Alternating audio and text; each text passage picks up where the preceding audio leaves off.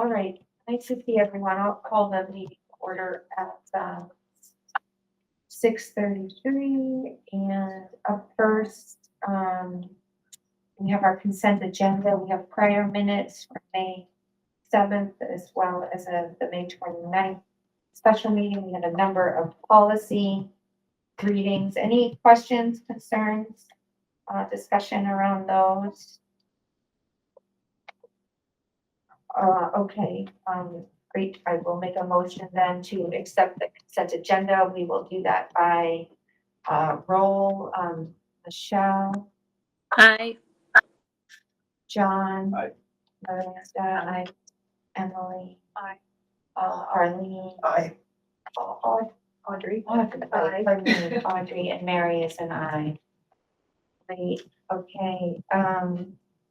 Lynn, any need to reprioritize the flow of the meeting tonight? We have no executives needed or No, anything I'm like getting that? my board meetings mixed up in my mind now for this one though. Okay, so that brings us to public comment. Courtney, everyone thing I see on the screen is it. There's no one else virtually for public comment. And we have Julie Cattell here, but she's part of the spotlight. Okay, bravo. All right, that sounds good. So no public comment tonight. So then that will bring us to the Sheldon spotlight with Karen Sue. Awesome. So I was working with Julie Cattell, our STEM teacher here this year, and we presented to you last time where we were at for the start of the school year with our STEM program and how it's going. So we thought we would wrap up this board meeting with how the year in STEM for K-8 went in our school. And so I'm going to turn it over to Julie to share some pretty awesome information with everyone here. All right, thank you. Hi again, everybody. Excuse my appearance and my voice. I came from soccer, and my kids share everything with me, always. So I introduced a lot of things in December. Talked about what we were focusing on then. So I've kind of focused on what we've done since December, and looking forward to setting up the next person to take over my role for next year and in the future. So in K-2, I really tried to emphasize on the improvement part of the engineering design process. So having them create something or solve a problem and then really evaluate their solution and see how they can change it. So a lot of times we do things for a couple weeks at a time. So for example, I had second graders build kites. So you can see like right here, this is one of the final products. We talked about why there are kites, and actually I learned something. They tried to figure out how to get across Niagara Falls, and they had a kite contest way back, and a little 10-year-old boy won that contest. And they kind of took off with, oh, we can fly things with string and different materials. So the kids thought that was really cool, but they all started out with the same design. They flew it, and then I had them create their own design, and we tested that compared to the original. And we did 3 different rounds of different designs, and they had to evaluate all of them. They had to evaluate each other's. And it was just a really cool process to see them be creative, but then had that ability to really critically think about things, especially that weren't their original designs, and talk about how they improved them and why they improved them and what the results were. We talked about observational data. So in K-2, it's kind of tricky to collect a lot of like numerical data for them, especially when I only have them for a short amount of time. So we really focused on like, what do you see, what do you hear, what do you smell sometimes, what do you talk, what do you taste? We only did taste once with those guys. But just really trying to focus on what kind of data they can take in and observe and what they can tell from that. Group collaboration skills, from K-8, we focus on those every single day. Really learning how to work with people that you might not normally pick in a class. And if there are issues, because all issues do arise regularly, how they can solve that. So I usually try to push them to solve their own issues before they reach out to me and tattle, essentially. So they've done a really good job at that. I was kind of in culture shock when I started teaching the K-2 because I'd only ever taught really 5th and up. And there's a lot of, she did this, he looked at me. And so I wasn't prepared for that initially. So we really have worked on that and grown over the year. How to solve it. Is it a big problem? Is it a small problem? Who needs to be part of the solution? And then eventually, what does it become a Mrs. Cattell problem? They've done great with that. 3 to 5, I have started trying to challenge them a little bit more. They are at the age where they're super engaged still, but I didn't want them to get bored. So we've done all of the hands-on, exciting things in the first half of the year, and we're still doing those, but I'm making it a little bit trickier for them. So the materials budgeting, you can see, I know it's small, but they have price lists for almost every single project they have now, and they have a specific budget. So I'll give like a $3 or a $5 or a $10 budget, and they have little receipts, and they have to come up to me every single time they want something, and I deduct it, and they, oh my God, I only have $4.50 left. And then they have to figure out what makes sense, and they do sometimes return, well, I don't really need 2 glue sticks, maybe I can return 1 for this amount of money. So really getting them to think financially has been really interesting. I love it because they stress out so much, and then they ease in by the end of class, but that's been cool to see. Public speaking has been another challenge for them. They do it in a couple different aspects throughout the school day. But I had them do specifically Green Up and Earth Day PSAs where they had to present, and they were trying to convince what is the problem that's happening in our Earth. It was around Earth and Green Up Day, and how they're gonna solve it, and they tried to promote their ideas as much as possible. So it was really, the 3rd graders did amazing with that. I was a little nervous because they were kind of on the younger side for public speaking, but they did so good. I really tried to push them not to read word for word from the screen, and they did excellent. And the 3rd grade also finally got to start with Tinkercad and 3D printing. I had only done it from 4th through 8th before then. So I started that with them a couple months ago, and they were ecstatic, and they did so great. They actually, I mean, they're so tech savvy, they just jump in, they do it immediately, and they try anything. So they were jazzed, they were awesome, and their projects came out excellent. I think I have pictures of a couple on for their screens. 6 through 8, this is where we really try to connect into content that they're doing in their regular classes. So I meet with their science teacher regularly to talk about what's happening in class and how I can supplement with that in STEM, and just, even if it's not directly, something that's somewhat relevant to what they're already working on.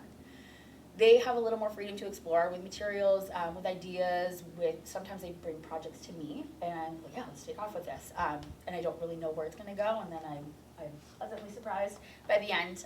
But they do have a little bit more freedom where I have to structure the K to 5 a little bit more than that. Responsibility specifically with materials, so they get to use the tools, and they get to use different programs that the younger guys don't get to use. And we always have the responsibility to talk about, you know, this is what you get to do that the other grades don't ruin it. And they always do an awesome job, and especially advocating for themselves. They do a really good job with that.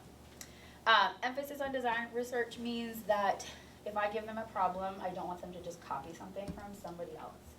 I ask them to look into different resources and look into different ideas, and then figure out how they can use that to motivate them or inspire them a little bit. We did a playground design project where I had them look at different playgrounds from different areas of the world and take in different aspects, like what would you take from Italy, or playgrounds in Italy, what are the differences that we have in northern Vermont.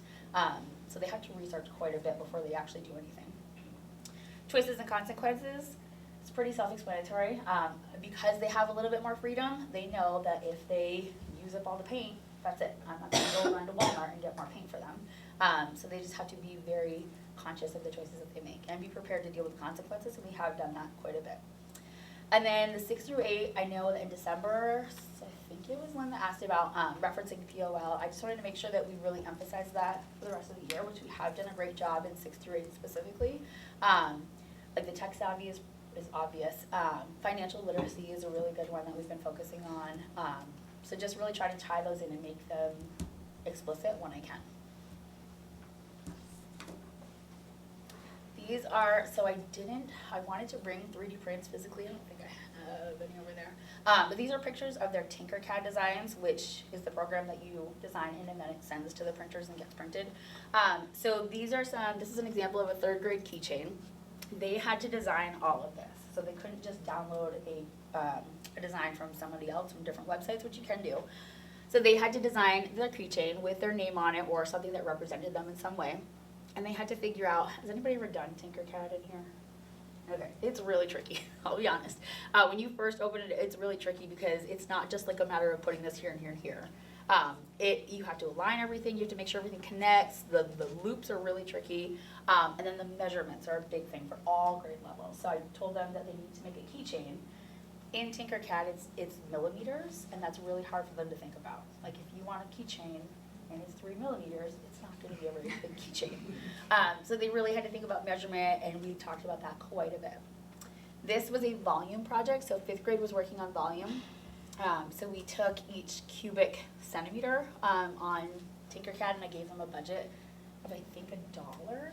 So they had to design some sort of something, whatever they wanted to, but they had to stay within that budget, and they had to calculate the volume of it before I allowed them to print. This was an 8th grader's project to hold a cell phone on the back of his mom's car, so like going over the headrest of it. So he had to go and measure his mom's car, the little pegs on the go in the back of the headrest. I think he did 3 different prints. So this was an excellent example of engineering design process. So he had a plan, he created it, he tested it out, made some adjustments, tested it out again, and then finally we had a working model, which he took home. I really wish I could have showed it. These are actually 2 different 3D prints from 2 different kids. The 4th grade adopt cows every year. So this year they had a cow named Bonnie. So they had a 3D project that they had to develop something for Bonnie. They had to do some sort of 3D design representation of what Bonnie's ideal farm would look like. So I have a barn, I've got a silo from another kid, I had a bunch of different friends. So there were pigs and chickens and all kinds of things. Somebody built a fence, but they had a whole little scene of farm scenery. And then this one was in Maker World, which is another 3D printing website. They always have challenges every month and contests that you can design something, upload, and then people can vote on it. So there was a snake theme. I guess it's the year of the snake, which I also didn't know until January. So they had to create anything and 3D print it that was related to snakes. So this student decided to make, it's a coat hanger, which actually we had to shrink it down. She made it a key hanger in the form so you can kind of see the snake. And then the little pegs had been holding off. And she stuck it, she showed me a picture at home. She stuck it with like command strips under her room in her house, or bedroom, and I don't know how many keys a 5th grader has, but she needed 6 different pegs. So here are a couple of videos. So kindergarten volcanoes. I have to prep you for a couple of them, but this one should be fun.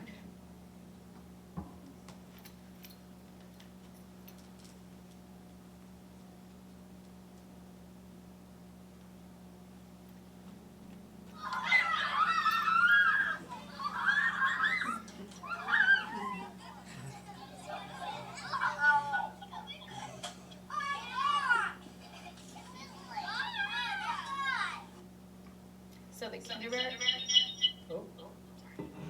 kindergartners worked really hard on predictions the last couple of months. So we did the classic volcanoes, which some of them have seen or had done. So we made some predictions. We talked about, vinegar and baking soda, yes, they're technically edible, but we're not going to do that. And of course, they think it's going to explode. Even though they've seen it and done it, they still think it's going to explode to the ceiling. So that was pretty exciting. They actually had to make the little volcanoes and design them however they wanted to. Some of them made them super realistic with like what looked like smoke coming out of it. But they were pretty excited. 2nd grade chemistry. So there's not some language, but something that I called them out on, just so that you're aware. They're silly 2nd graders, so it's minor, but just be prepared.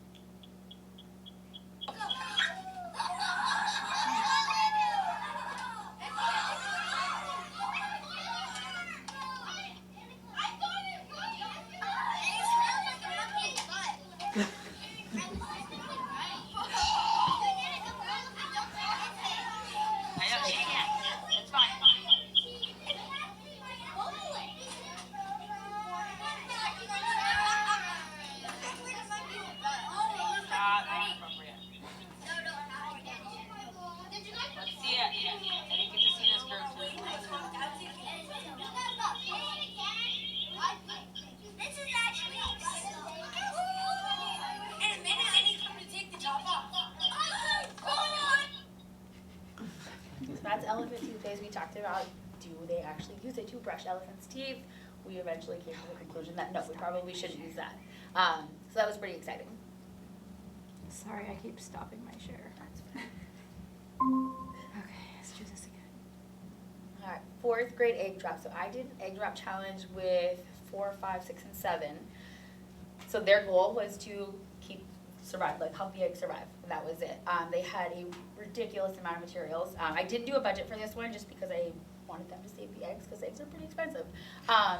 So there were all kinds of different contraptions. Some of them added parachutes, some of them didn't, some of them used foam. We had some tissue paper, we had boxes. I did have a couple people 3D print, but they quickly realized that 3D print is hard plastic, so they had to then line it and insulate it.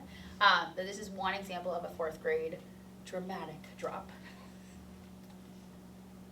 What? Ooh! It cracked! It cracked! I heard it crack! It cracked! It cracked! It cracked! It's alive. Hand it to me. It's alive! It's alive! So that was 4th grade. Every single grade level was that ecstatic about it, even the cool 7th graders. And then 7th grade STEM fair. So I'll talk about the STEM fair a little bit later, but I did do a STEM fair kind of trial this year with 7th graders, just to see how it would go and what to change for the future. So this is just one example of a video of them collecting data.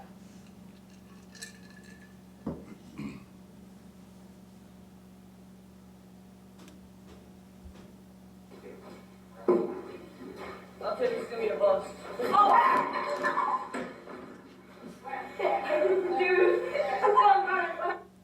Again, I'm pretty sure they knew what baking soda and vinegar would do, but it seemed shocking regardless.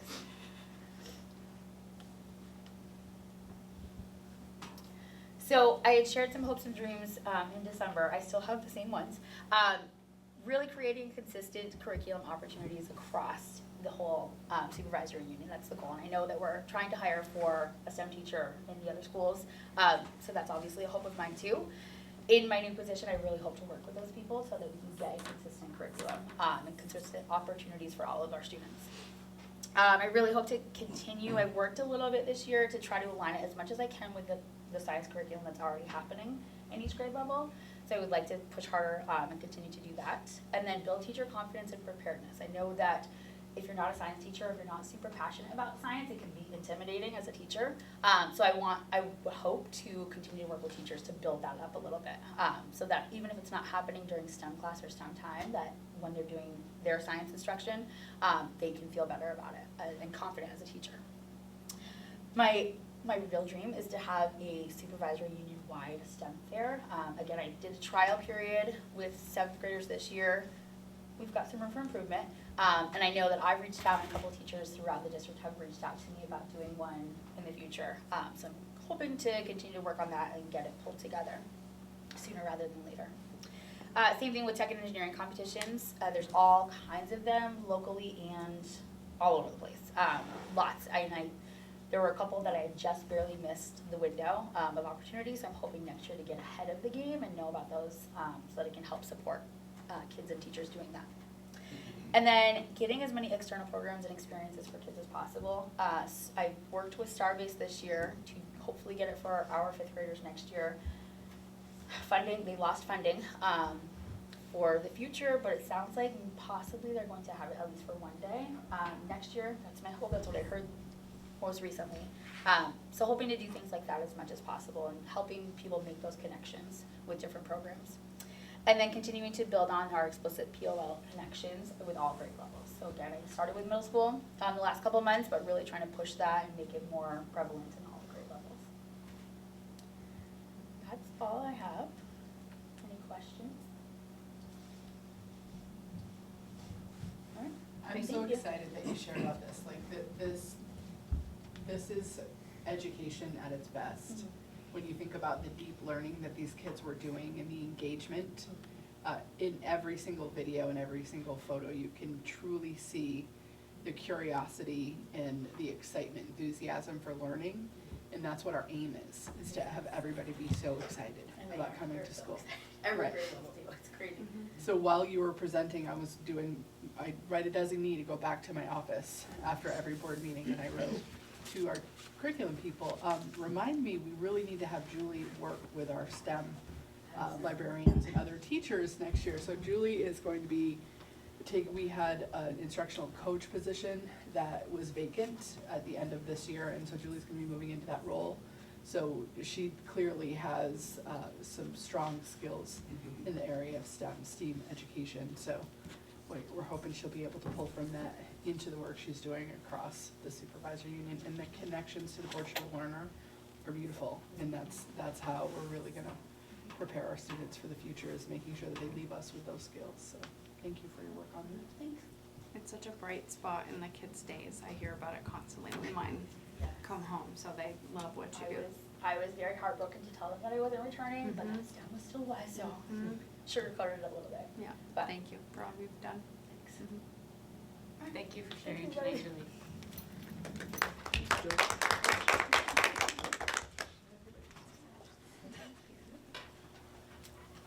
That's all, Sheldon. Terry, Sue, anything else you want to share? No, the spotlight, I wanted to keep Yeah, it it's focused on marvelous. STEM. Yes, thank you so much. Yeah. Really enjoyed that. Okay, so that brings us to Morgan with our financial and business report. I have a long agenda, but I think it'll go relatively quickly. In terms of this year's budget, still expecting that we'll end in the black. If we close the books tomorrow with what we know, we would have a little bit less than $1 million unspent compared to the budget. We know there are a lot of expenses that are going to be coming in that we're not tracking because we're only tracking salaries and benefits, but I think we'll be in good shape. In terms of the boiler project and the water system update, no updates tonight, but I'm going to leave that on my agenda until those projects are done. So hopefully you'll see that a lot and not hear much about it, either of them, because that will mean they're going well. In terms of the PCB update for Berkshire, we had some updated sampling results from the cinder block cores that we had been taking. There's a lot of back and forth between our consultant and the DEC about what the next steps are going to be, and ultimately what was decided is that we're going to go back and sample some of the paint chips that we had taken. We're told that we're going to get those results this week. We have not seen them yet. I know Vern called before the meeting to see if we had anything, but we don't yet. I'm sorry, I'm Choked I'm up not about coughing the out of PCBs. commentary, I legitimately just swallowed, I apologize. So stay tuned on that. Because this is impacting still 2 classrooms in Berkshire, and we have, I think it's kindergarten next year that we're going to be moving from 2 to 3, we're running into some issues there. 1 kindergarten to 2 kindergarten. 1 kindergarten to 2. Just like, wow. We're running into some significant space scheduling issues there. Vern has done some research on renting mobile classrooms. We've got 1 unit in Maine that we could get. It would be about $17,000 to set it up on site. And then if we rented it for a year, it would be $27,000. If it was 2 years, it would be $44,000. So significantly less than the one we purchased in Sheldon, but still a relatively large ticket item. I am hoping we won't have to make a move on that before we get the paint results, but we also don't have you all again until August. And so I wanted to bring that to you. I don't think that we necessarily need a motion to rent the modular, but I would like some sort of guidance that the board would be supportive of that if the paint results suggest that we're not going to have this thing mitigated and those classrooms back in service by the beginning of the school year. And I think that could be to make a motion to allow use of capital reserve funds for the purpose of installing a rental modular classroom at Berkshire Elementary. And Morgan, you're talking about the remainder of the Berkshire Capital Reserve or the NMV Capital Reserve? So we're gonna draw down the Berkshire Capital Reserve, and this project wouldn't draw it down. There's about $150,000 in it. I'm gonna follow with a couple of other motions about, getting the ability to access that capital reserve fund. We would drive that up before we went Yeah. anywhere else. Yeah. And you said the rental is how much? It's 17,000 for setup, and then it would work out to 27,000 for 1 year and 44 for 2 years. Okay. So what we've learned through this process is everything related to PCBs moves incredibly slowly because everything has to be orchestrated. There are long timelines, there are lawsuits, there's Monsanto, there's all kinds of things hoops that you need to jump through.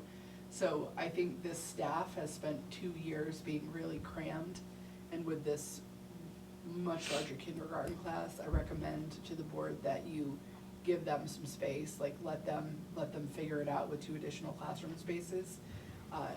We hope that we will not need them for super long, but I think it is likely it could be a couple of years that we would need them. You have the money, as Morgan said, to do it, and I think that this staff really needs the space.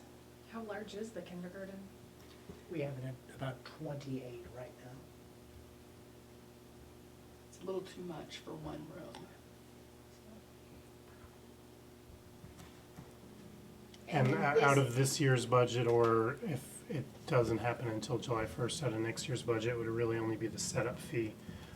Those rental figures I gave you are actually, we would be paying those off monthly.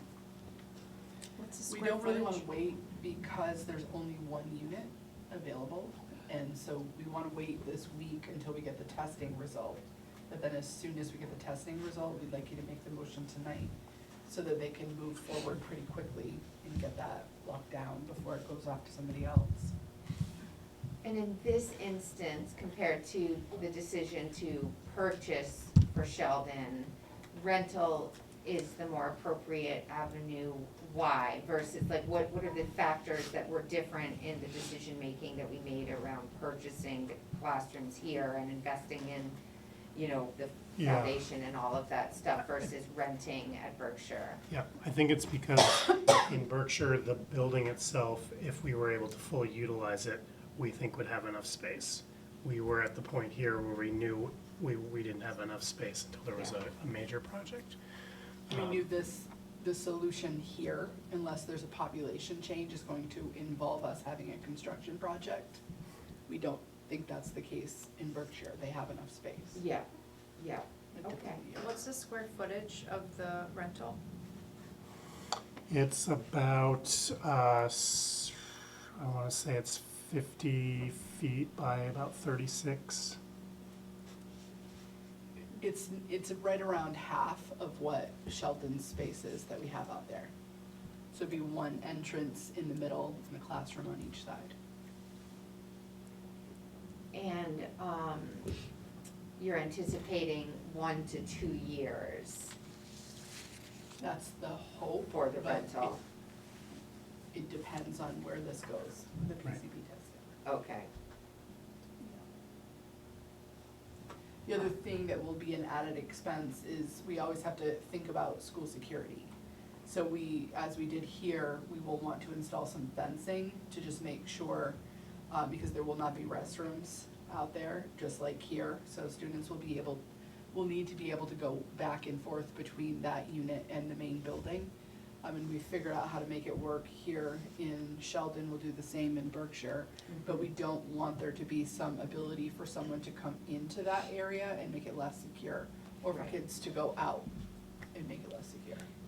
yeah. And then we Yeah, also have like to bring kindergarten or power, and we have to connect the fire alarm system as well, so there's gonna be some Right, of additional course. costs with that. There's not a way to have older kids maybe in that space, have the kindergartners? Oh, the not? kindergarten's not going out. Oh, okay. I was gonna say, I was we're like- gonna use that for our one of our. Oh, middle school okay, classes. yeah, Yeah. No, we just have the need because of the kindergarten. gotcha, So, yeah. okay, You yeah. should- I I'm was glad you like, asked ah, Wait a minute. Yeah. We're just gonna send the five Yeah, minutes it's outside. like running around Find your way everywhere. inside and go to the bathroom. We're gonna put it right next to the I trail have of one our of those, I forest. know what that would be like.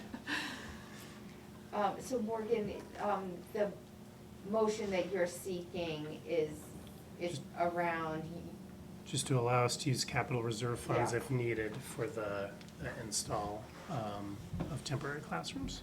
Okay. Any other discussion from the board about the rental?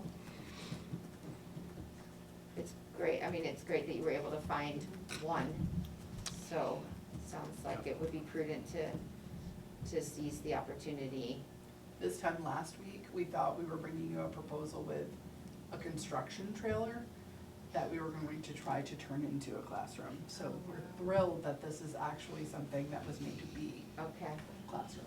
great. So I will make that motion to utilize the Berkshire Capital Reserve funds for the rental of the modular classroom. We'll do that by roll. Michelle, Aye. John, Miranda, Emily, Arlene, Aye. Audrey, and Mary is an aye. Okay. And then looking for two similar motions. The first is around the Berkshire playground install, which has actually already happened. We meant to come to you in January and ask for permission to use capital reserve funds if needed. So just circling back to that. And I'd say we're getting all these on the books, even though I think we're gonna have enough money this year to spend it out of the general fund, which we would, the first money that we would spend, but, you know, I'd like to have these available if needed on June 29th when we start looking at closing the books.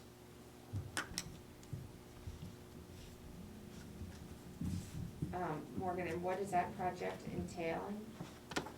That was an installation. Gavin's probably gonna have to help me out on this. I don't know, remember if it was the pre-K playground? It was or- our main playground. The main Basically, playground. that had been there for about 30 years. And it had just gone to the point that it had broken down, so it was no longer safe to use. Yeah. So for the past like 5 months, we've actually had to just have that roped off. Yeah. So we went through the vendors we've used in the past, and we put in a new playground about 3 weeks ago. That's been very well received by our students, but it was time for them to have a new system, or new playground equipment that was gonna be safe. Yeah, of course. And Morgan, the motion you're seeking around the playground is, To use capital reserve funds if needed for the Berkshire playground project. and do you have a price tag on that yet? Yeah, it was about 46,000. 46 after, with installation. Yep. Yeah, that sounds about right. I know they run high for sure, but I'm glad that they'll be well received and safe. That's It was- paramount. It would have been a little higher, it would have been closer to 70 if we had them come in and do the mulching, but fortunately our head custodian is a pretty solid expert in that, and so he's like, we already have the mulch, I already can do that Oh, as a nice. project. So we were able to cut some costs doing that. Oh, bravo, that's great. Okay, all right. Any discussion about the Berkshire playgrounds? Okay, I will make that motion then for capital reserve funds to be utilized for the Berkshire playground project by roll. Michelle, Aye. John, Miranda, Emily, Arlene, Aye. Audrey. Mary is an aye. And then the last one, similar as well. It's a project we haven't done yet, but we will. And it's around replacing the camera system in Berkshire. I believe we've already done it in Bakersfield, or it's in the works. It's in the works in Bakersfield as well. Both schools had cameras that showed up on a list of technology that we should not be using because of its security flaws. And so we are working to replace those in those two buildings. And the Bakersfield project's gonna be smaller in scope than Berkshire. But since Berkshire still has that dedicated capital reserve fund, I'd like to get a motion to use capital reserve funds if needed for the Berkshire security camera upgrade. In Bakersfield, we will just run through the general fund. Gotcha. Any questions or discussion around that? Okay, I'll make that motion then to use capital reserve for the Berkshire security cameras. Morgan, you don't need anything specific for Bakersfield, Nope. because that's just coming out of the general fund. Correct. It's just specific to the capital reserve. Okay. By roll, Michelle, Aye. John, Aye. Miranda, Emily, Aye. Arlene, Aye. Audrey, Aye. Mary's an aye. And that's all I have for you tonight.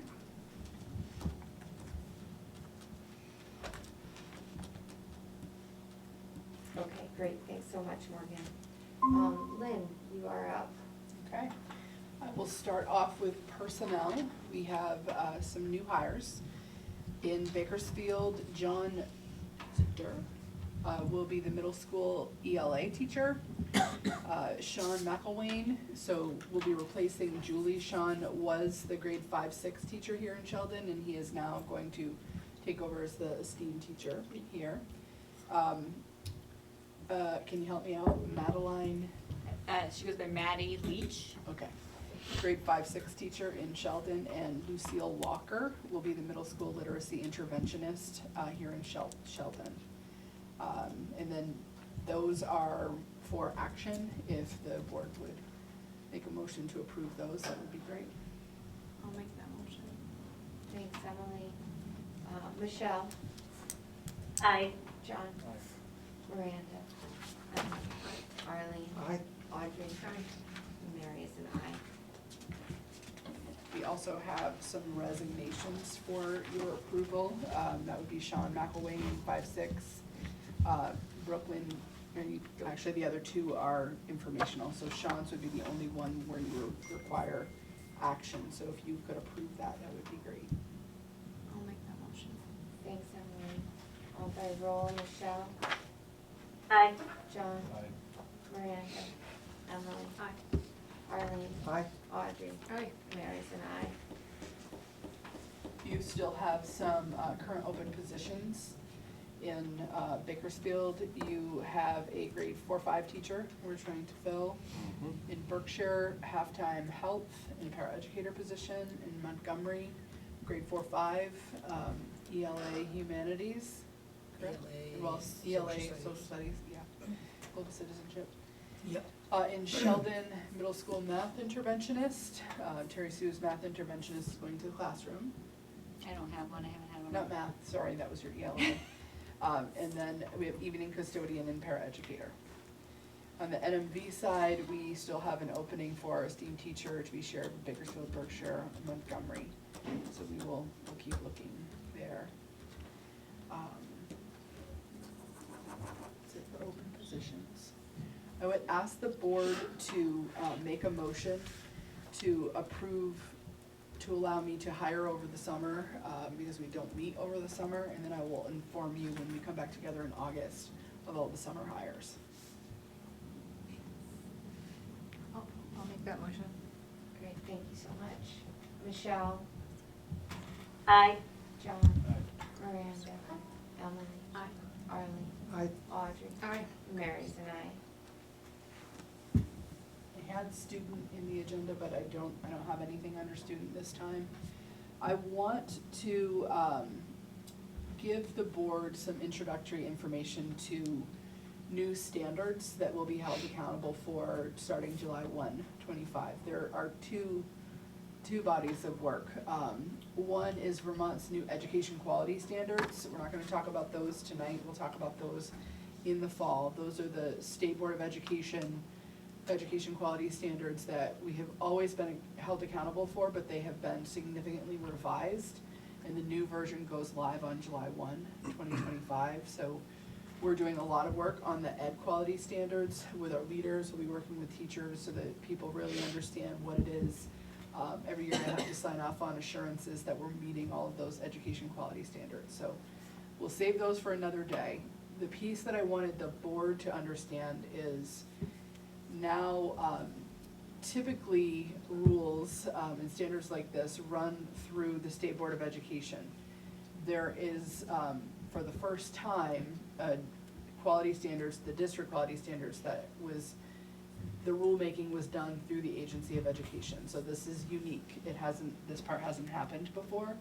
So this is an attempt at the agency to look at what are the expectations of a high-functioning system, a high-functioning supervisory union or district, and how do you measure for that?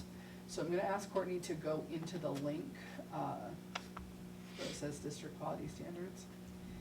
And I am not going to go through all of this. There are rubrics being developed that will be much more visually appealing in the fall. I was able to get a preview at a training last Friday, but I cannot share them yet.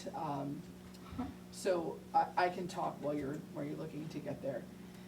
So these are, I'm gonna give you the categories that will be assessed under. So it starts with business operations. And under business operations, we will be looking at budgeting and accounting, risk management and internal controls, personnel management, and data management. And then there's facilities management and safety. Under that, there is facilities management and facilities safety. So under each of those categories, there are indicators, and then there's a rubric for what do you need to do to meet that indicator. There are also for boards governance priorities, governance protocols, governance processes. And then I'll make sure that you have the link to this, or actually I think it is in your agenda, so you'll have it. Sorry, it's just, It's okay. it's not working for me. Now, how are they going to measure this? This is the part that I want to make sure that you all understand. So the agency has developed a quality review process, and there are different ways that we're going to measure this depending on which section of the DQS it lands in. So there'll be a self-evaluation that will be expected to complete. I'm not exactly clear on which parts will the boards be self-evaluating and which parts will the district office be self-evaluating. There'll be two of those things. I think my instinct is the majority of the self-assessment at the board level will be done at the SU level. But in the training on Friday, they indicated that some of those standards will dig down deeper to the district level. So there'll be something for the boards to do. So every year, there'll be an expectation of that self-assessment being completed. They are considering next year a beta year, so they are not choosing all of those standards. They're narrowing it down a little bit. So we won't be self-evaluating for everything. We'll be self-evaluating for the chosen standards and indicators. In addition to the self-assessments that we have to do and we have to submit, the agency will be choosing schools for intermediate reviews, where they'll be sending in teams of people to dig deep in your systems and processes, and this will happen not less than every 3 years. If there are any findings, there's a section on enforcement. So if there are findings, we will receive a corrective action plan, and you'll have so much time, usually a couple of years, it does say 2 years from the date of that notice, to be able to correct what those findings are. It also is laid out that there will be a publication of metrics regarding outcomes of district quality reviews. So in the training, they talked about that being the public accountability measure. So this will be outward facing, how every district across the state is doing their self-assessments and how those intermediate reviews are coming out. So one of the things that is interesting, for the first time, a whole section is called enforcement. And that's not really the way education has run in the past. So there are elements in here, if you get on the corrective action, that the agency is supposed to provide technical assistance and review. And then there are some authorities that the secretary will have for schools that are not able to meet their obligations under corrective action within that 2-year period. That can get pretty, what is the right word? Restrictive. So they can come in and they can make some decisions for us if we're not doing what is expected on our own. So this is work we're going to be doing pretty soon when we get back in the fall. They originally told us They wanted self-assessments in July and August, and we said, no, don't do that to boards. Most boards don't meet in July. So I suspect I will have an August, September deadline for board self-assessments and for any self-assessment that we have to do on the internal factors from our central office. So I wanted to make that transparent, so when you come back in August and I say, hey, we need to do this self-assessment as a board, that you're not surprised. So you have a link in there if you wanna dig in deeper. Once I get those rubrics, I will share those out to you. That right now it's written, do not share across the top, because they're having, sessions with, leaders across the state, and they're revising live, so they're not kind of locked in yet, so. Does anybody have any questions about the district quality standards? It's just like Health and Human Services run their show. They're just moving it to education. This is how it's been for Yeah. them. Yeah. Facility accountability, having pop-ins, it's been like that in healthcare for a long time. They're just, it sounds to me like they're just funneling it into education. It's interesting that you talk about the facilities piece, because we know that in Vermont, we have had more than 20 years worth of deferred maintenance in a lot of the schools in Vermont. And that is one of the reasons we're in the predicament that we're in terms of Vermont's education system, because there is so much deferred maintenance, and now we have this PCB issue on top of it. We're the only state in the country that chose to do this to ourselves. Only state that I know of. Do you know of any other states? I think the last I knew, we were the only state. So now with the accountability piece, you know, looking at these indicators, there are going to be schools that cannot meet these indicators. Right. And so then the corrective action will kick in holding people accountable for doing this. I think you can connect dots to where this can go from here. So we'll continue to work to make sure that we're in good shape. I hope that this board knows that we really have tried to do our best with slim resources for many years, but we've tried to do our best in terms of keeping up the maintenance on our facilities, and we're pretty good about making sure that our compliance pieces are in order. So we will work with you on this, and we'll certainly be looking at it from our end. They are saying they know that in this first year, in this first self-assessment, they're not expecting people to be proficient, because these are indicators that no one has seen. And now we're self-assessing, so I almost look at this as, okay, this is a kind of a pre-assessment in this beta year. I still think there'll be public accountability attached to this beta year. But we will know the places that we need to work on and get better and improve.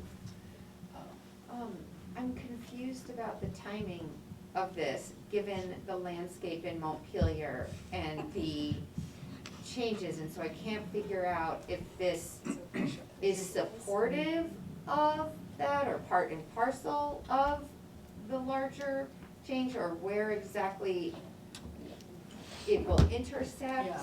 So with what's coming down the pike, and it's a little confusing to me. this actually preceded Vermont's education transformation plan. When Dan French was Secretary of Education, he introduced these 3 years ago now, 2 years ago. More.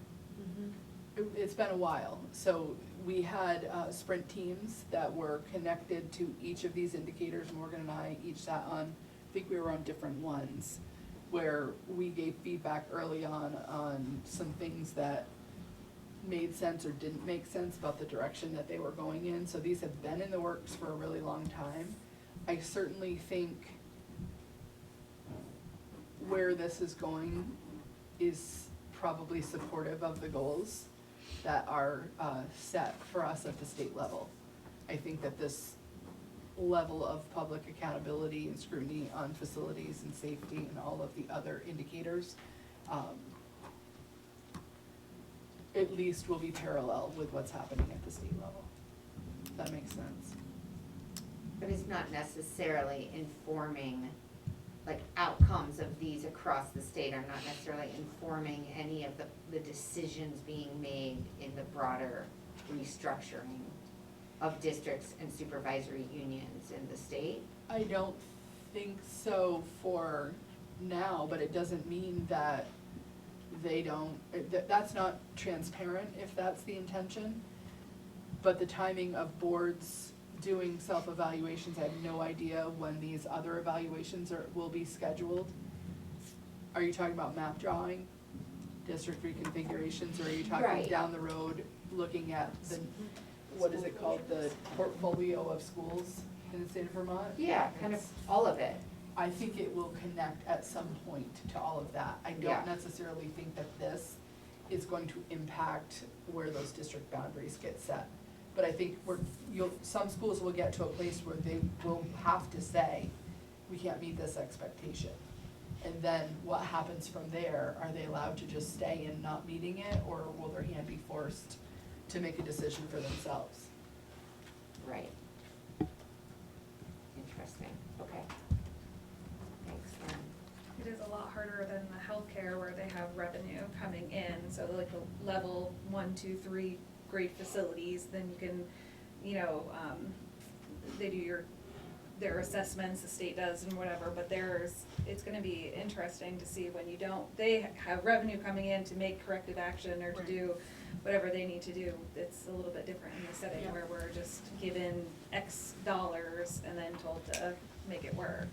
And the only way to make it work, especially under the facilities section, is to get your voters to approve. Right, you Yeah. end up with like a grading system, like the school is a B or an A or a C or whatever. I don't know, I've not read that part, but I mean, it'll be public, however the report will come together. I suspect it'll be by those categories and indicators. Interesting. Okay. So I have some assessment data. We talked about this last time. I had my timeline on our common assessment plan mixed up for our May meeting, so now we actually have the data. So I would like to start with social emotional learning walkthrough data, so I'll have Courtney jump into that presentation. So this is something that Callie Goss put together for us. Callie is our part-time coordinator that works on this across the supervisory union. So she has a team of people across all of the schools that come together. It's probably close to monthly, right, Courtney? Yeah. And so they created a protocol for what are the things we're gonna monitor when we do walkthroughs, looking for some of the social emotional learning evidence that people have been working on. So within this, you have access now to all of this. Mm-hmm. And so within this, if you want to, you can click into the tool. And the tool was designed by this team, and it was connected to that CASTLE framework. And if you remember, that CASTLE framework is kind of a national framework that helped us to develop our social emotional learning priority standards. So they used the tool based on CASTLE to be able to collect evidence, kind of look-fors in the classrooms around routines and procedures. So there's a little bit of data about how many classrooms they visited across all 9 of our schools, 43 randomly selected classrooms, and they spent 10 to 15 minutes in each classroom. And in the data, this is compiled across the supervisory union. So this gives a percentage of how often are these teacher indicators observed. So you can see when we're talking about social emotional learning, I think that people don't necessarily always understand what that means, because it is sometimes conflated with things that it isn't. So a look for around social emotional learning in terms of a teacher's behavior is, does the teacher greet students when they enter the classroom? Are there opening routines that welcome students and prepare them for their day? Are there clear bite-sized directions for kids? I'll just say a couple more. Do those teachers check for student understanding before they move on? Do they use proximity and walk around the classroom and make sure that they're checking in on everyone? Do they use anchor charts or agendas that students can see before they start? How is the classroom set up? What kind of cues are they giving? What kind of modeling are they doing? And are students talking? our students' voices elevated in the classroom, and do they have opportunities to reflect? And then there are some things about routines and how you practice and establish the routines in the classroom, and how do you wrap up your lesson. So of all of the observations, you can see the percentage of times they saw these things. There are student indicators that were also looked for in the look-fors, and this is when you think about social emotional learning skills with students and you break it down to the really tiny skill level. They were looking for transitioning with minimal support from adults, understanding of the academic routines, self-correcting themselves and using resources, asking clarifying questions, knowing how and where to access resources, and assuming responsibility for materials and space. So I feel like those skills, I hope you can see that if those teacher skills are prevalent and are used regularly and our teachers understand, our students understand, you can see that that would create a pretty welcoming environment that would set the stage for students to be very successful. And the student level indicators are indicators that any student could use, and those are kind of high leverage indicators. If they have those skills, they can be successful in any classroom, and those are skills that will be useful in life beyond school as well. So this last piece is students were asked, can you tell me the steps for this part of your day, and how do these help you learn? And so if you click in there, some of these are really interesting. We won't have time to go through all of these, but one example in a pre-K through 2 classroom was we learn about a lot of new things. We learn about being considerate, and that you can use courage to be considerate. After Leader and Me, we have Number Corner. It helps me get ready to learn because breakfast helps my brain learn. It makes our brain start working because in math we have a lot to learn because we're in 1st grade.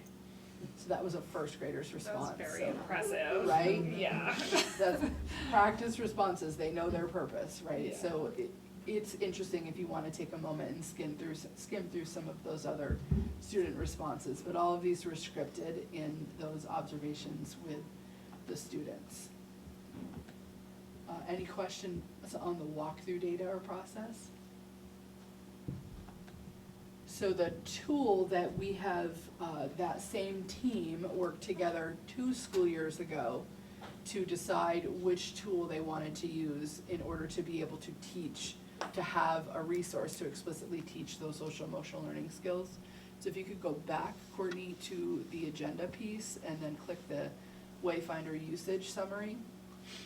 So we have, in the beginning of the year, there were some people that struggled a little with using Wayfinder, and I think that there was variability depending on how the rollout happened in each of those buildings. What you have here is a report that gives you an indication of how many lessons, how many activities, how many active educator accounts, and average views per educator are in Wayfinder. So in many of our schools, the school counselors are teaching the primary lesson, and the classroom teachers are going in and teaching secondary lessons. They're pulling from those. So you have some data from the Waypoints assessment also in here, and some of these are educator observed data points, and some are student reported data points. One of the things that Callie noticed was the most common top skill in this assessment was purpose. You decide what's important to you, and you make sure you do things that match this important feeling. I think this is a quote from a student. It's like having a compass inside you that points you in the right direction. You choose the right path based on what matters most to you. Most common growth skill in the Waypoints assessment was adaptability. Actually, that wasn't from a student, that was a definition. That was really solid definition, but didn't come from one of our students. Adaptability as being defined as you can change plans easily, and when things don't go as expected, or if you make a mistake, you're okay with it, you're open to trying different ways to do things and being open to new opportunities. So that was the most common area that kids were still struggling with. So you can see a breakdown of the number of lessons and activity totals by school. So we've had a ton of Wayfinder lessons that have been utilized. You can see, if you want to dig into this report, there are some school highlights about the number of lesson views and how many different engagement levels by category, I guess. Berkshire, I know one of the things, well, let me go back.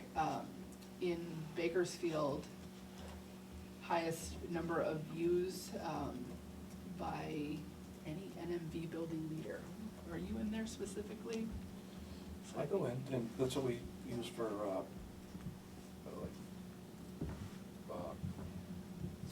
staff meetings and such. Thanks. Thank you. And the balanced engagement in Bakersfield across many teachers, so a lot of different teachers are in there. In Berkshire, one of the things that was noticed was a unique growth skill around learner agency. In Montgomery, Courtney Scar had the highest individual user engagement, so she's in there a lot.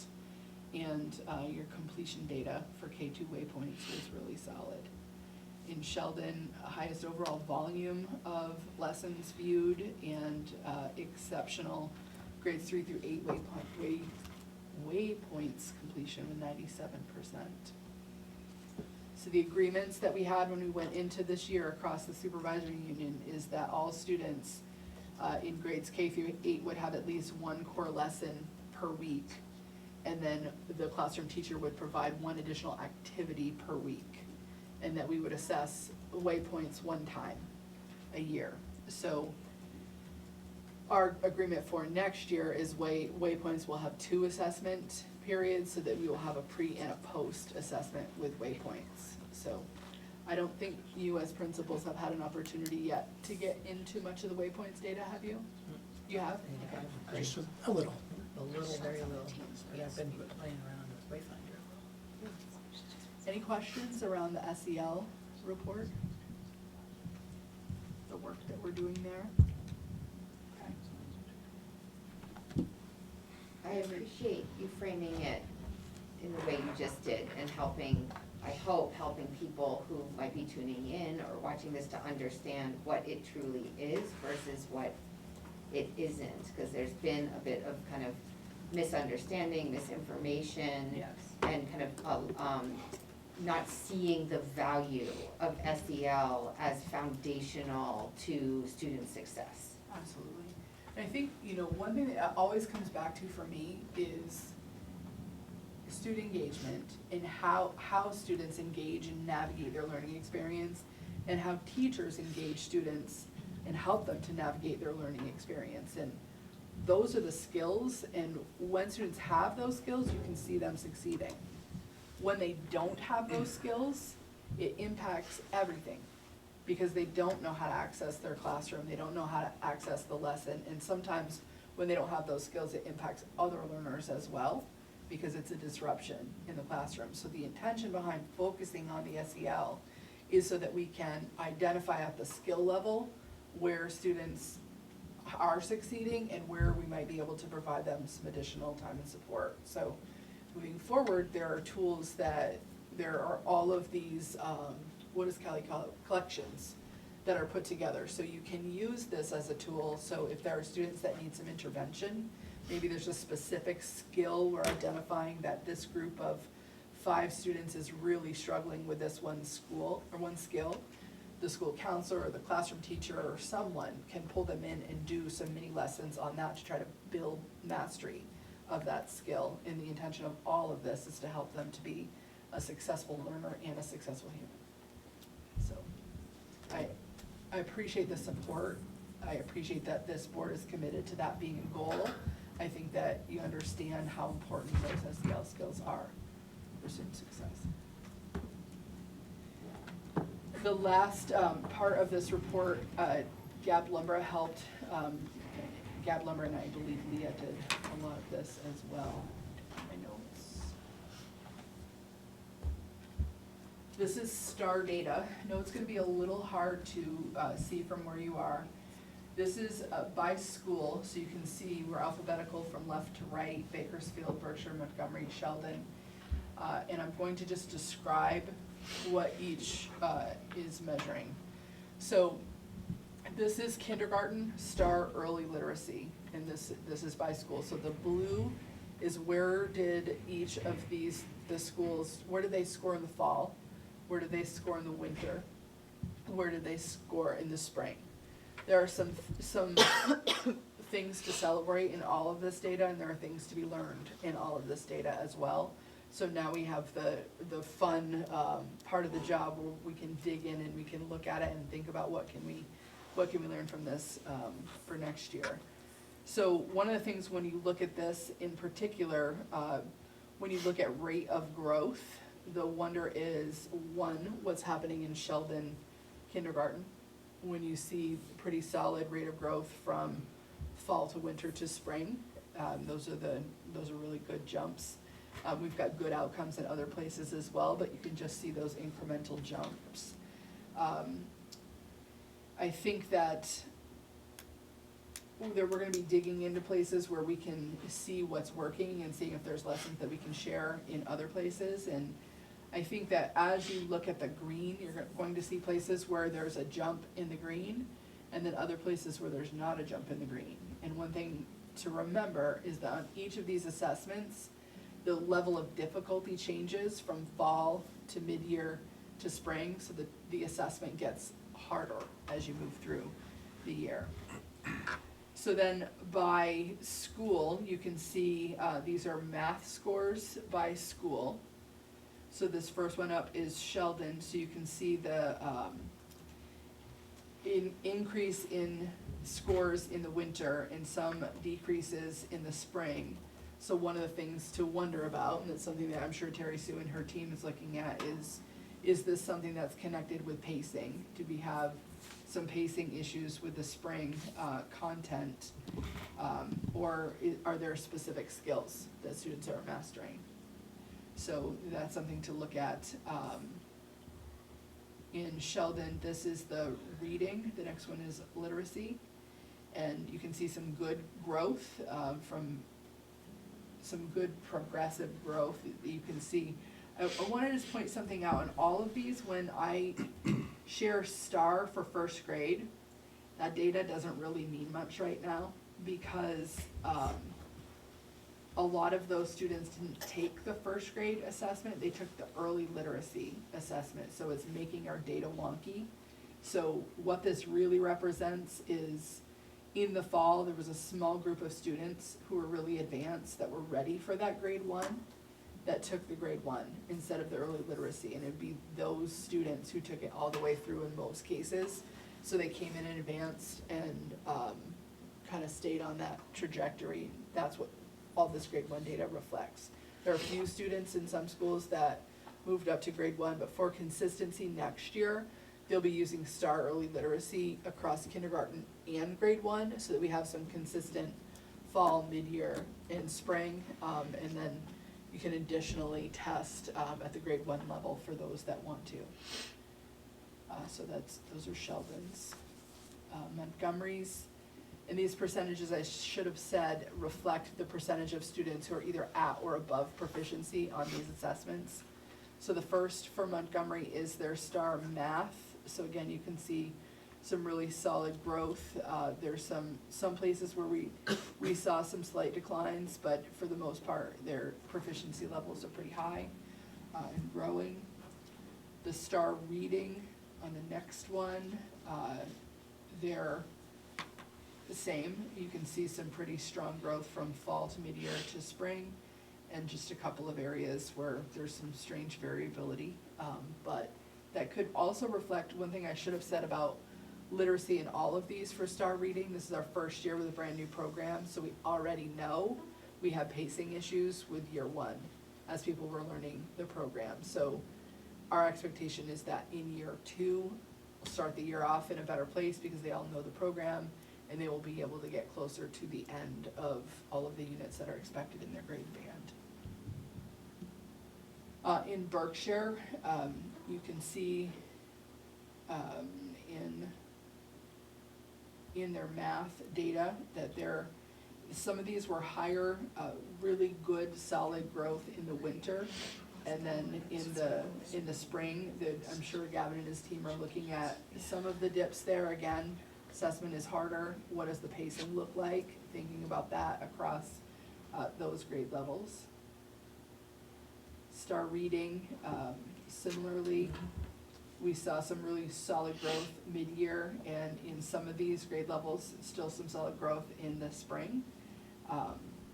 And I think pacing may have been a factor there. I think as so, well. and there might have been there were certain classes where we knew motivation at the end of the year dipped a bit as well. And so some of that might be more environmental than instruction as well. Something to watch for next year. Yes. In Bakersfield, we saw, again, that first grade data is a little bit skewed there. Oh no, that's math. So you had, I would say that in Bakersfield, you worked a ton on math this year, trying to get all students above proficiency, and you saw some really solid growth across the year. Some dips in the spring, but for the most part, from where kids started to where they finished, it's pretty significantly different. So growth there. Same for literacy.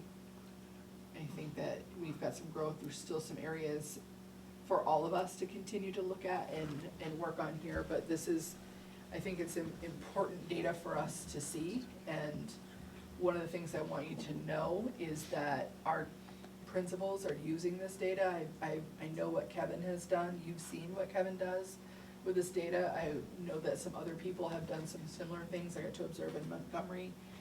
Was that just last week, Sandy? And her staff got to look at their assessment results from the spring, and it was really fun to watch them look at their kids and students and move them from their mid-year assessment results. Do they go up a proficiency level? What you see is a percentage. What you don't see on the way that reporting, the way we just shared that reporting is, you don't see the proficiency levels to be able to see how much growth each of those students made. So percentage proficient is one way, but you could have a student that made a year and a half's worth of growth that might not have reached proficiency, but we're still digging in and we're looking at that as well. That's just not how this data was reported this time, but that is equally as important for us to keep looking at and working towards, because some of our kids are coming in below proficiency, so we know that we've got to get more than a year's growth out of them every year to be able to get them to where they need to go.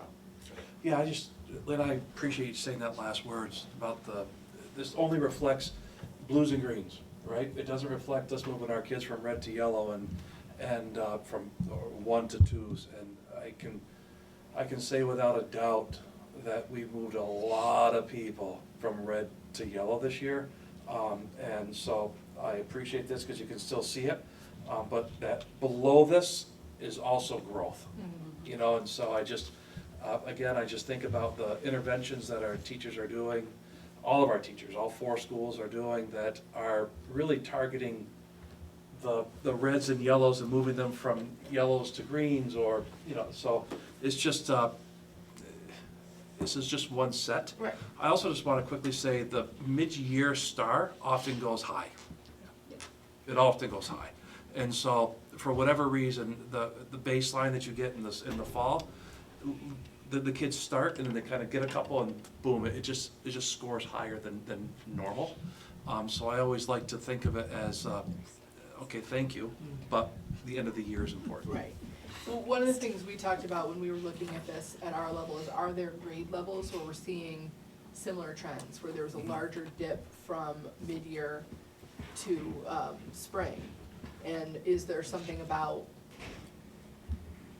either our resource that we're using, or the pacing, or the priority standards that they're focused on? So there's just a lot to unpack from this, and again, I'm required to bring this to you annually, and I wanted you to see this, but I really do want you to know how much work is going into moving students, no matter where they are, up. And there's a lot of that happening. And, is that my last slide? Oh, sorry. Oh, not Yeah, sure. that's my last slide for now. We're going to come back to this at the very end of the meeting. Okay, great, thank you so much, Lynn. So that brings us to our principal reports, and Kevin, anything you'd like to highlight from yours? Sure. I just got word that our play ended a few minutes ago. So Beauty and the Beast is happening at the school, and that's exciting. And looking forward to seeing it tomorrow night. And also, as Terry Sue and Gavin may touch upon, is we just sent a handful of teachers to learn around the professional learning communities. And they came back jazzed, and really looking forward to what that's going to bring into our schools this upcoming year. So, Can you maybe say something to the board about what is a PLC? What is it? what is a PLC? A PLC is how you behave as a school. So you're looking at student data. Your conversations that you're having are all about growing students. It's not about how many chicken wings do we need for the science experiment. It's really not those kind of conversations. It's looking at data, finding out what the right next step is, and targeting that intervention for kids. People will often say we're having PLC meetings, but the reality is we want to have a professional learning community. And so you may hear next year when I come in and talk about, oh, we have a PLC here and a PLC there. The reality is we're really trying to have our building, when you walk in, to be kind of who we are, is really a professional learning community. Not that answer. If you have any questions about it, I'd be happy to answer those, but that's where we're at. Great, thank you so much, Gavin. The only thing I wanted to touch upon was comparing also last year to this year as well. I looked at the STAR data. One of the things that we saw in terms of results is we did increase by about 10 percentage points from where we ended last year. So that does show some growth in the right direction in terms of proficiency. Of course, once again, I was looking at proficiency, not necessarily overall raw scores or anything like that, or category movement per se. So there still was considerable growth also, where students now might be approaching the standards who were falling below. And then also in terms of behavior data, some exciting things we saw. But at the beginning of the year, you'll remember that I had set some pretty lofty goals in terms of both academics and behavior. One of the ones that we actually exceeded was reducing the planning room referrals. We were looking at decreasing it by a third, and we actually decreased it by about 40%. In addition to that, just in terms of interventions we tried, one of the things that we saw was a significant reduction in terms of students serving in-school suspension since as compared to last year as well. So we definitely are seeing movement in a positive direction, where we're preserving instruction time, and unsurprisingly, scores are following suit as well. Aside from that, we have a number of different celebrations, field trips, and award ceremonies coming up. And of course, we're just very excited to be able to end this year on a positive note. Thank you, Kevin. Thanks so much, Gavin. Sandy? I'm happy to report that our 8th graders had yet another successful trip to Washington DC and enjoyable. They had a great time. Everything went very well. And another thing I'd just like to highlight is our 8th grade debate starts tomorrow morning. So if anyone's interested in catching something that is a high quality project, it's going to be in the library tomorrow morning and Friday morning. That's great, thank you so much. Terry Sue, anything else you'd like to highlight? Just one thing on Friday, it's our first one we're doing is, we're calling it the Super Golden Bears Award Assembly. So it's students who are nominated for it, where exhibit all 5 of our bears traits, rather than just, we focus on one every other month. So this is like your all-star kind of a thing. So we'll have, I think they said it was 30 students being recognized on Friday with that.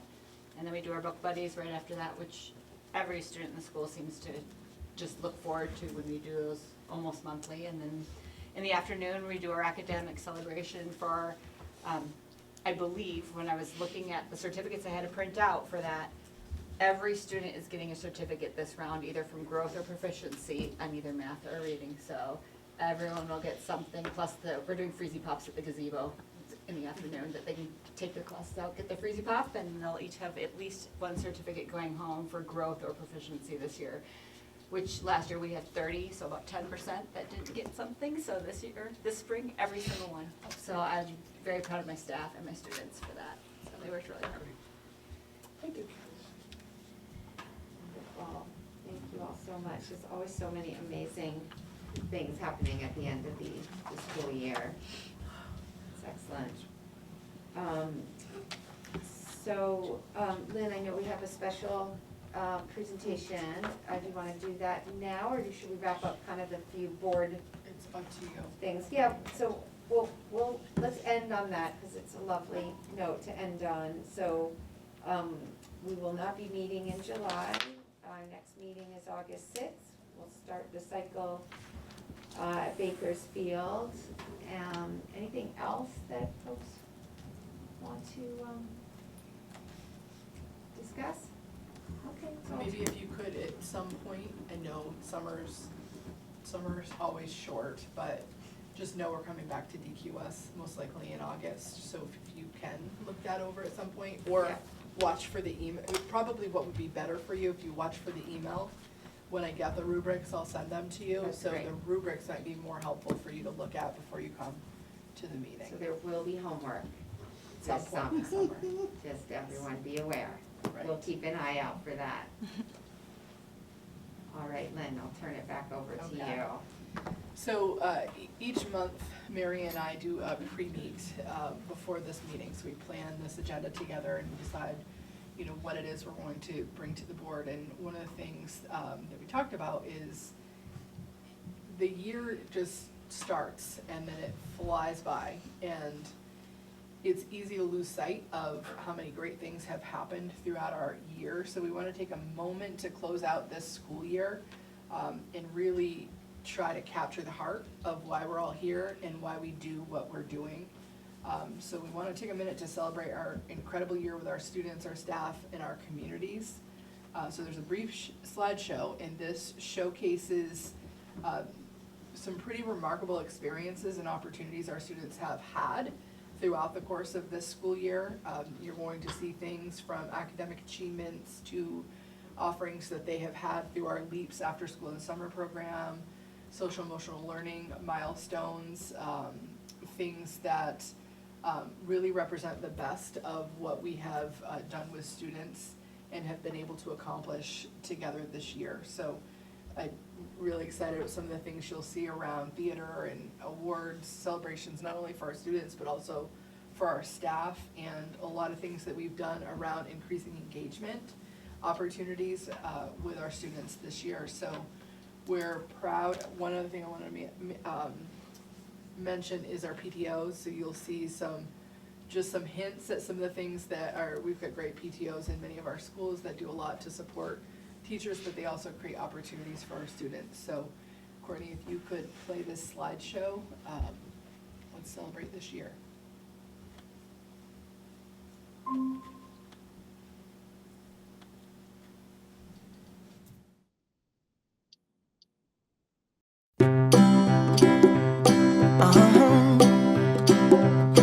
If you ever find yourself stuck in the middle of the sea, I'll sail the world to find you. If you ever find yourself lost in the dark and you can't see, I'll be the light to guide you. Find out what we're made of when we are called to help our friends in need. You can count on me like 1, 2, 3, I'll be there. And I know when I need it, I can count on you like 4, 3, 2, and you'll be there. 'Cause that's what friends are supposed to do, oh yeah. Ooh, ooh, yeah, yeah. If you're morning and you just can't fall asleep, I'll sing a song beside you. And if you ever forget how much you really mean to me, every day I will remind you. Oh, find out what we're made of when we are called to help our friends in need. You can count on me like 1, 2, 3, I'll be there. And I know when I need it, I can count on you like 4, 3, 2, and you'll be there. 'Cause that's what friends are supposed to do, oh yeah. Ooh,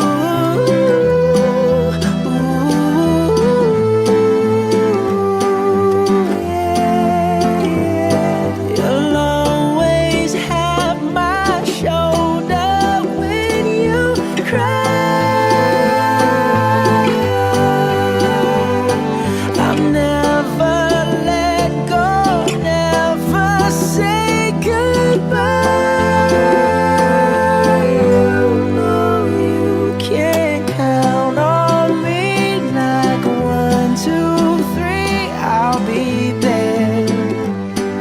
And I know when I need it, I can count on you like 4, 3, 2, and you'll be there.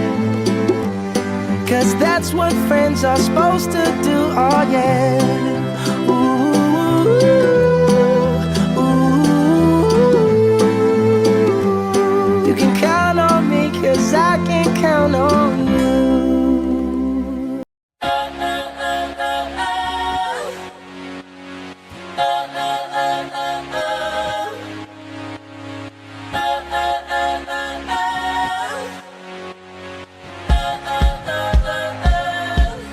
I messed up tonight. I lost another fight. Lost to myself, but I'll just start again. I keep falling down. I keep on hitting the ground, but I always get up now to see what's next. Birds don't just fly, they fall down and get up. Nobody learns without getting it wrong. I won't give up, no, I won't give in till I reach the end, and then I'll start again. No, I won't leave. I wanna try everything. I wanna try even though I could fail.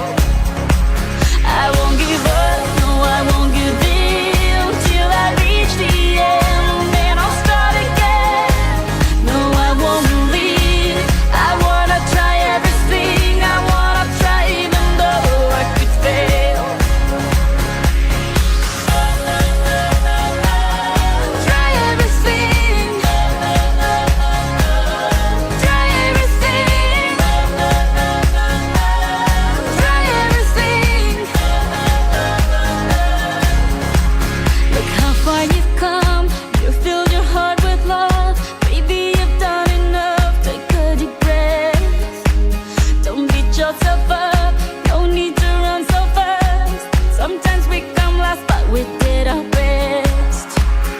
I won't give up. No, I won't give in till I reach the end, and then I'll start again.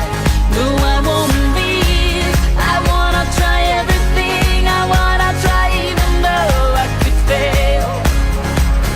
I won't give up. No, I won't give in till I reach the end, and then I'll start again. No, I won't leave. I wanna try everything. I wanna try even though I could fail. I'll keep on making those new mistakes. I'll keep on making them every day. Those new mistakes. Try everything. Try everything.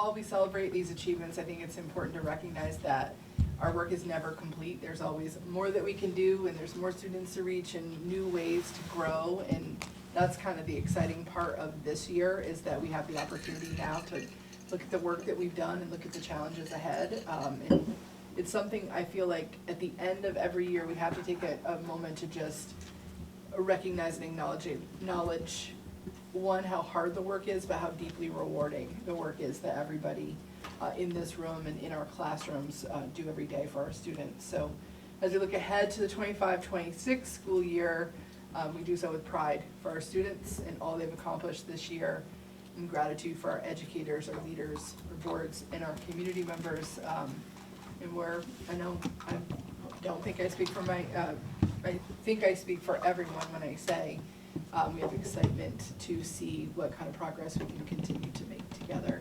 And I wanted to end by thanking Courtney, because we did not give her a lot of time to pull this together, because we had this idea last week when Mary and I met. So she pulled this together really quickly and did a fabulous job. And we will post these after we share the ER video at next week's meeting, because if we share an MV, people from Enosburg and Richford are going to say, where's ours? So we'll wait until after that meeting and we'll release both on social media. So. Amazing. Okay. Appreciate you looking out for I thought you were gonna dance or something. Me dance? No, I'll just put the music together. Did you pick the music out? Yeah.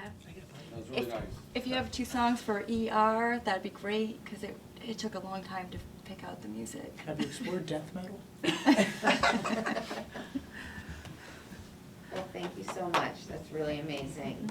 And it's been a very growthful year. And I wish everyone a really safe and wonderful summer. And we will see one another again and roll up our sleeves and get ready for another excellent year come August. And with that, we'll make a motion to adjourn. All in favor? Aye. All right. Thank you so much, everyone. folks. Have a great summer.